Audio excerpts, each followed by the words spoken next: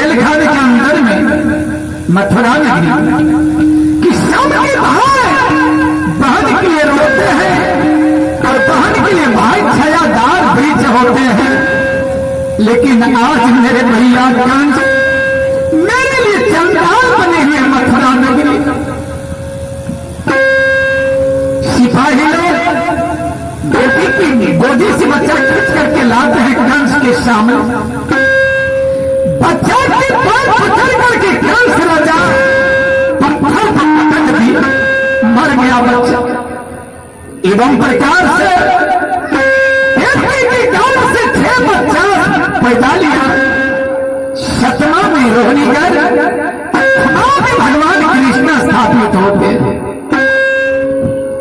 जितने बच्चा को कंस राजा हत्या किए वही देवी की सब बच्चा आज भगवा बना हुआ है। भगवान की बेटी न विदाई होगी, भगवान भी घर न बनाएंगे, भगवान भी हम लोग बहुत काम को ठप कर देते हैं।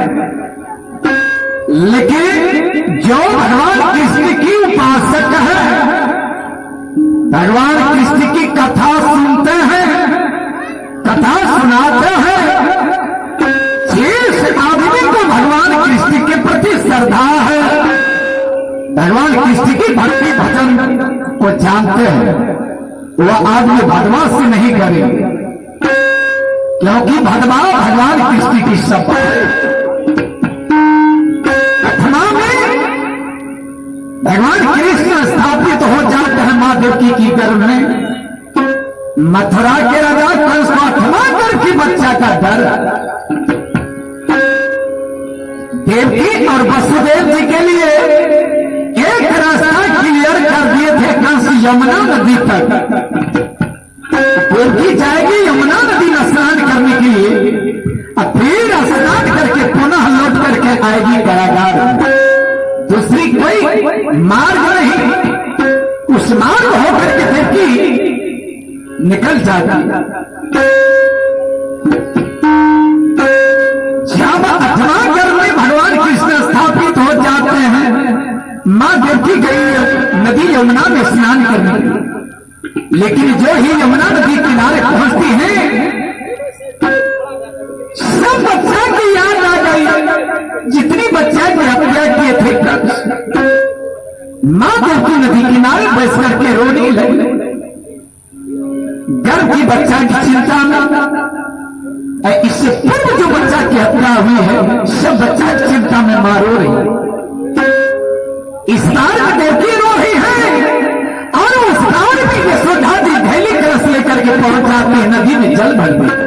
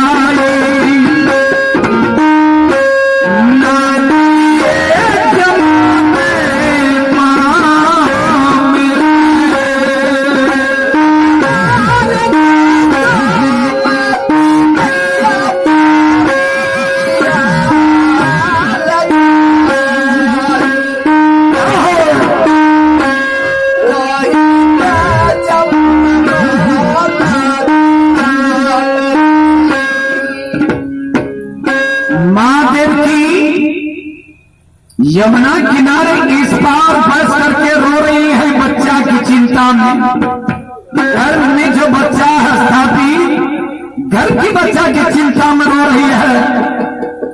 जिस प्रकार 7 बच्चा की हत्या हुई है भैया कंस के हाथ, उसी प्रकार गर्भ में जो बच्चा है इस बच्चा की हत्या हो जाए।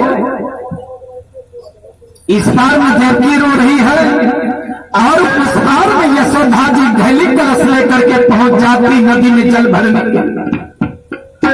लेकिन उस बार से यशोदा जी देखती है कि एक औरत नदी किनारे बैठ करके रो रही है।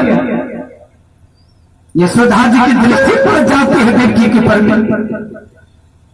लेकिन यशोदा जी सचा विचारी कर रहे हैं कि बेचारी के ऊपर में कोई दुख तकलीफ कोई विपत्ति आप पहुंची है, इसलिए नदी किनारे बैठ करके रो रही है। औरत की दुख औरत जानती है, लेकिन मां यशोदा जी सचा विचारी कर रही हैं कि इतनी बड़ी नदी में पार कैसे करूं, इस पार से उस पार जाऊं, औरत को मैं जाकर के संबोधित करूं। मां यशोदा जी सच्चा विचार करी इस बारे में।